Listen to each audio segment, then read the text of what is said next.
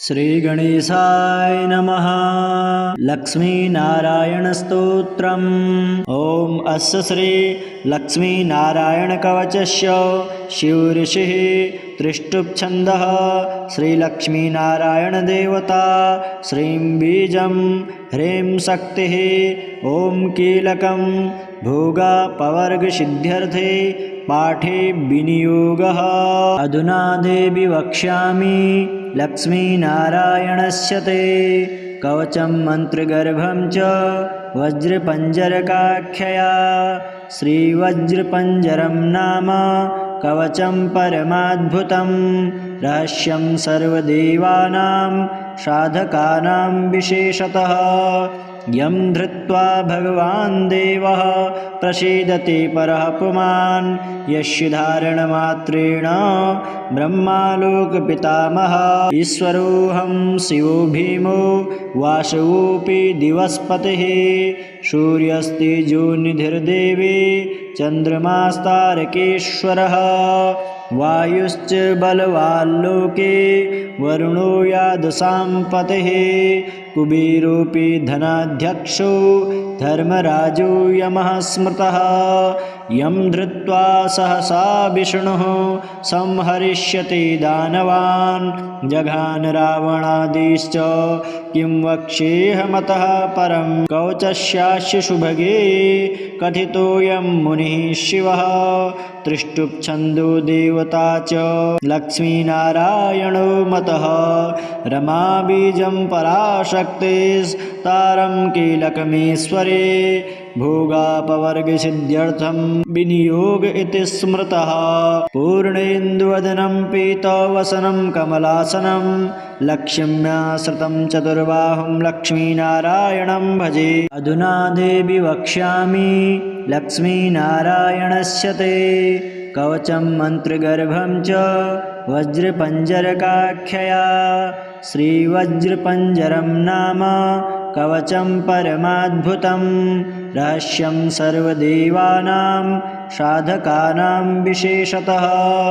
यं धृत्वा भगवान् देवः प्रसीदति परः पुमान् यस्य धारणमात्रेण ब्रह्मालोकपितामहः। ईश्वरोऽहं शिवो भीमो वासवोऽपि दिवस्पतिः। सूर्यस्तेजोनिधिर्देवे चन्द्रमास्तारकेश्वरः। वायुश्च बलवाल्लोके वरुणो यादसां पतिः। कुबेरोऽपि धनाध्यक्षो धर्मराजो यमः स्मृतः। यं धृत्वा सहसा विष्णुः संहरिष्यति दानवान्। जघान रावणादिश्च किं वक्ष्येऽहमतः परं। कवचस्यास्य सुभगे कथितोऽयं मुनिः शिवः। त्रिष्टुप्छन्दो देवता च लक्ष्मीनारायणो मतः। रमाबीजं पराशक्तिस्तारं कीलकमीश्वरे। भोगापवर्गसिद्ध्यर्थं विनियोग इति स्मृतः।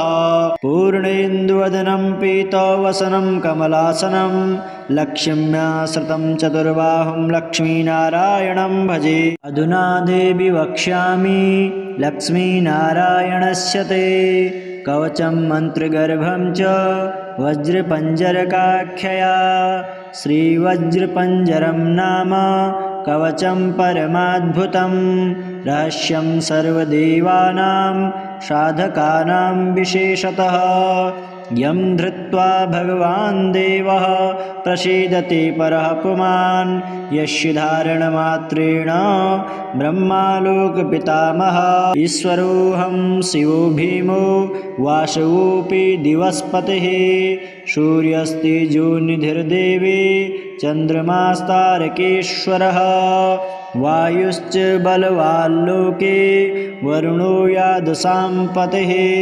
कुबेरोऽपि धनाध्यक्षो धर्मराजो यमः स्मृतः। यं धृत्वा सहसा विष्णुः संहरिष्यति दानवान्। जघान रावणादिश्च किं वक्ष्येऽहमतः परं। कवचस्यास्य सुभगे कथितोऽयं मुनिः शिवः। त्रिष्टुप्छन्दो देवता च लक्ष्मीनारायणो मतः। मतः रमाबीजं पराशक्तिस्तारं कीलकमीश्वरे भोगापवर्गसिद्ध्यर्थं विनियोग इति स्मृतः पूर्णेन्दुवदनं पीतवसनं कमलासनं लक्ष्म्याश्रितं चतुर्बाहुं लक्ष्मीनारायणं भजे। अधुना देवि वक्ष्यामि लक्ष्मीनारायणस्य ते कवचं मन्त्रगर्भं च वज्रपञ्जरकाख्यया श्रीवज्रपञ्जरं नाम कवचं परमाद्भुतं रहस्यं सर्वदेवानां साधकानां विशेषतः यं धृत्वा भगवान् देवः प्रसीदति परः पुमान् यस्य धारणमात्रेण ब्रह्मालोकपितामहः ईश्वरोऽहं शिवो भीमो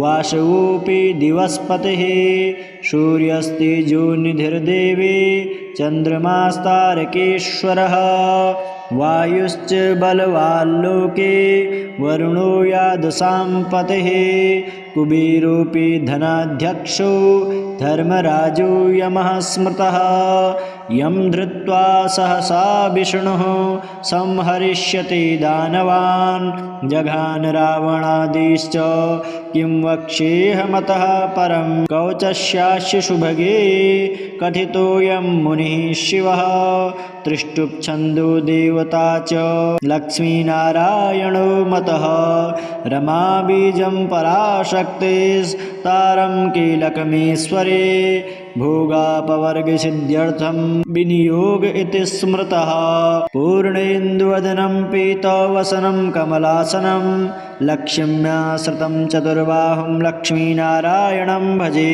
अधुना देवि वक्ष्यामि लक्ष्मीनारायणस्य ते कवचं मन्त्रगर्भं च वज्रपञ्जरकाख्यया श्रीवज्रपञ्जरं नाम कवचं परमाद्भुतं रहस्यं सर्वदेवानां साधकानां विशेषतः यं धृत्वा भगवान् देवः प्रसीदति परः पुमान् यस्य धारणमात्रेण ब्रह्मालोकपितामहः ईश्वरोऽहं शिवो भीमो वासवोऽपि दिवस्पतिः सूर्यस्तेजोनिधिर्देवी चन्द्रमास्तारकेश्वरः वायुश्च बलवाल्लोके वरुणो यादसां पतिः कुबेरोऽपि धनाध्यक्षो धर्मराजो यमः स्मृतः यं धृत्वा सहसा विष्णुः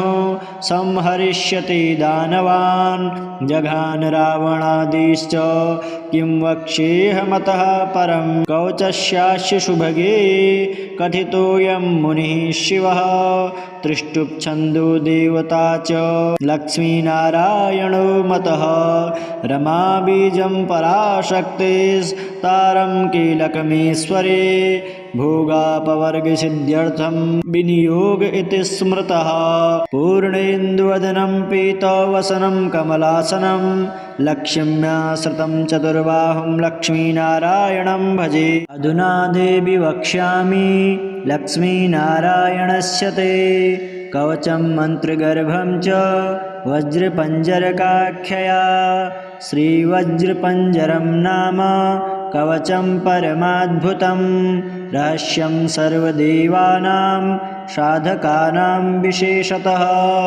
यं धृत्वा भगवान् देवः प्रसीदति परः पुमान् यस्य धारणमात्रेण ब्रह्मालोकपितामहः ईश्वरोऽहं शिवो भीमो वासवोऽपि दिवस्पतिः सूर्यस्तेजोनिधिर्देवी चन्द्रमास्तारकेश्वरः वायुश्च बलवाल्लोके वरुणो यादसां पतिः कुबेरोऽपि धनाध्यक्षो धर्मराजो यमः स्मृतः यं धृत्वा सहसा विष्णुः संहरिष्यति दानवान् जघान रावणादिश्च किं वक्ष्येऽहमतः परं कवचस्यास्य सुभगे कथितोऽयं मुनिः शिवः त्रिष्टुप्छन्दो देवता च लक्ष्मीनारायणो मतः रमाबीजं पराशक्तिस्तारं कीलकमीश्वरे भोगापवर्गसिद्ध्यर्थं विनियोग इति स्मृतः। पूर्णेन्दुवदनं पीतवसनं कमलासनं लक्ष्म्याश्रितं चतुर्बाहुं लक्ष्मीनारायणं भजे। अधुना देवि वक्ष्यामि लक्ष्मीनारायणस्य ते कवचं मन्त्रगर्भं च वज्रपञ्जरकाख्यया। श्रीवज्रपञ्जरं नाम कवचं परमाद्भुतं रहस्यं सर्वदेवानां साधकानां विशेषतः। यं धृत्वा भगवान् देवः प्रसीदति परः पुमान् यस्य धारणमात्रेण ब्रह्मालोकपितामहः। ईश्वरोऽहं शिवो भीमो वासवोऽपि दिवस्पतिः सूर्यस्तेजोनिधिर्देवी चन्द्रमास्तारकेश्वरः। वायुश्च बलवाल्लोके वरुणो यादसां पतिः कुबेरोऽपि धनाध्यक्षो धर्मराजो यमः स्मृतः। यं धृत्वा सहसा विष्णुः संहरिष्यति दानवान् जघान रावणादिश्च किं वक्ष्येऽहमतः परं। कवचस्यास्य सुभगे कथितोऽयं मुनिः शिवः त्रिष्टुप्छन्दो देवता च लक्ष्मीनारायणो मतः। रमाबीजं पराशक्तिस्तारं कीलकमेश्वरे भोगापवर्गसिद्ध्यर्थं विनियोग इति स्मृतः। पूर्णेन्दुवदनं पीतवसनं कमलासनं लक्ष्म्याश्रितं चतुर्बाहुं लक्ष्मीनारायणं भजे। अधुना देवि वक्ष्यामि लक्ष्मीनारायणस्य ते कवचं मन्त्रगर्भं च वज्रपञ्जरकाख्यया। श्रीवज्रपञ्जरं नाम कवचं परमाद्भुतं रहस्यं सर्वदेवानां साधकानां विशेषतः। यं धृत्वा भगवान् देवः प्रसीदति परः पुमान् यस्य धारणमात्रेण ब्रह्मालोकपितामहः। ईश्वरोऽहं शिवो भीमो वासवोऽपि दिवस्पतिः सूर्यस्तेजोनिधिर्देवी चन्द्रमास्तारकेश्वरः। वायुश्च बलवाल्लोके वरुणो यादसां पतिः कुबेरोऽपि धनाध्यक्षो धर्मराजो यमः स्मृतः। यं धृत्वा सहसा विष्णुः संहरिष्यति दानवान् जघान रावणादिश्च किं वक्ष्येऽहमतः परं। कवचस्यास्य सुभगे कथितोऽयं मुनिः शिवः त्रिष्टुप्छन्दो देवता च लक्ष्मीनारायणो मतः। रमाबीजं पराशक्तिस्तारं कीलकमेश्वरे भोगापवर्गसिद्ध्यर्थं विनियोग इति स्मृतः। पूर्णेन्दुवदनं पीतवसनं कमलासनं लक्ष्म्याश्रितं चतुर्बाहुं लक्ष्मीनारायणं भजे। अधुना देवि वक्ष्यामि लक्ष्मीनारायणस्य ते कवचं मन्त्रगर्भं च वज्रपञ्जरकाख्यया। श्रीवज्रपञ्जरं नाम कवचं परमाद्भुतं रहस्यं सर्वदेवानां साधकानां विशेषतः। यं धृत्वा भगवान् देवः प्रसीदति परः पुमान् यस्य धारणमात्रेण ब्रह्मालोकपितामहः। ईश्वरोऽहं शिवो भीमो वासवोऽपि दिवस्पतिः सूर्यस्तेजोनिधिर्देवी चन्द्रमास्तारकेश्वरः। वायुश्च बलवाल्लोके वरुणो यादसां पतिः कुबेरोऽपि धनाध्यक्षो धर्मराजो यमः स्मृतः। यं धृत्वा सहसा विष्णुः संहरिष्यति दानवान् जघान रावणादिश्च किं वक्ष्येऽहमतः परं। कवचस्यास्य सुभगे कथितोऽयं मुनिः शिवः त्रिष्टुप्छन्दो देवता च लक्ष्मीनारायणो मतः। रमाबीजं पराशक्तिस्तारं कीलकमेश्वरे भोगापवर्गसिद्ध्यर्थं विनियोग इति स्मृतः। पूर्णेन्दुवदनं पीतवसनं कमलासनं लक्ष्म्याश्रितं चतुर्बाहुं लक्ष्मीनारायणं भजे। अधुना देवि वक्ष्यामि लक्ष्मीनारायणस्य ते कवचं मन्त्रगर्भं च वज्रपञ्जरकाख्यया। श्रीवज्रपञ्जरं नाम कवचं परमाद्भुतं रहस्यं सर्वदेवानां साधकानां विशेषतः। यं धृत्वा भगवान् देवः प्रसीदति परः पुमान् यस्य धारणमात्रेण ब्रह्मालोकपितामहः। ईश्वरोऽहं शिवो भीमो वासवोऽपि दिवस्पतिः सूर्यस्तेजोनिधिर्देवी चन्द्रमास्तारकेश्वरः। वायुश्च बलवाल्लोके वरुणो यादसां पतिः कुबेरोऽपि धनाध्यक्षो धर्मराजो यमः स्मृतः। यं धृत्वा सहसा विष्णुः संहरिष्यति दानवान् जघान रावणादिश्च किं वक्ष्येऽहमतः परं। कवचस्यास्य सुभगे कथितोऽयं मुनिः शिवः त्रिष्टुप्छन्दो देवता च लक्ष्मीनारायणो मतः। रमाबीजं पराशक्तिस्तारं कीलकमेश्वरे भोगापवर्गसिद्ध्यर्थं विनियोग इति स्मृतः। पूर्णेन्दुवदनं पीतवसनं कमलासनं लक्ष्म्याश्रितं चतुर्बाहुं लक्ष्मीनारायणं भजे। अधुना देवि वक्ष्यामि लक्ष्मीनारायणस्य ते कवचं मन्त्रगर्भं च वज्रपञ्जरकाख्यया।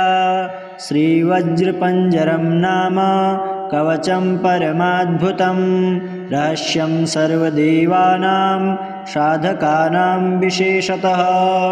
यं धृत्वा भगवान् देवः प्रसीदति परः पुमान् यस्य धारणमात्रेण ब्रह्मालोकपितामहः। ईश्वरोऽहं शिवो भीमो वासवोऽपि दिवस्पतिः सूर्यस्तेजोनिधिर्देवी चन्द्रमास्तारकेश्वरः। वायुश्च बलवाल्लोके वरुणो यादसां पतिः कुबेरोऽपि धनाध्यक्षो धर्मराजो यमः स्मृतः। यं धृत्वा सहसा विष्णुः संहरिष्यति दानवान् जघान रावणादिश्च किं वक्ष्येऽहमतः परं। कवचस्यास्य सुभगे कथितोऽयं मुनिः शिवः त्रिष्टुप्छन्दो देवता च लक्ष्मीनारायणो मतः। रमाबीजं पराशक्तिस्तारं कीलकमेश्वरे भोगापवर्गसिद्ध्यर्थं विनियोग इति स्मृतः। पूर्णेन्दुवदनं पीतवसनं कमलासनं लक्ष्म्याश्रितं चतुर्बाहुं लक्ष्मीनारायणं भजे। अधुना देवि वक्ष्यामि लक्ष्मीनारायणस्य ते कवचं मन्त्रगर्भं च वज्रपञ्जरकाख्यया। श्रीवज्रपञ्जरं नाम कवचं परमाद्भुतं रहस्यं सर्वदेवानां साधकानां विशेषतः। यं धृत्वा भगवान् देवः प्रसीदति परः पुमान् यस्य धारणमात्रेण ब्रह्मालोकपितामहः। ईश्वरोऽहं शिवो भीमो वासवोऽपि दिवस्पतिः सूर्यस्तेजोनिधिर्देवी चन्द्रमास्तारकेश्वरः। वायुश्च बलवाल्लोके वरुणो यादसां पतिः कुबेरोऽपि धनाध्यक्षो धर्मराजो यमः स्मृतः। यं धृत्वा सहसा विष्णुः संहरिष्यति दानवान् जघान रावणादिश्च किं वक्ष्येऽहमतः परं। कवचस्यास्य सुभगे कथितोऽयं मुनिः शिवः त्रिष्टुप्छन्दो देवता च लक्ष्मीनारायणो मतः। रमाबीजं पराशक्तिस्तारं कीलकमेश्वरे भोगापवर्गसिद्ध्यर्थं विनियोग इति स्मृतः पूर्णेन्दुवदनं पीतवसनं कमलासनं लक्ष्म्या श्रितं चतुर्बाहुं लक्ष्मीनारायणं भजे।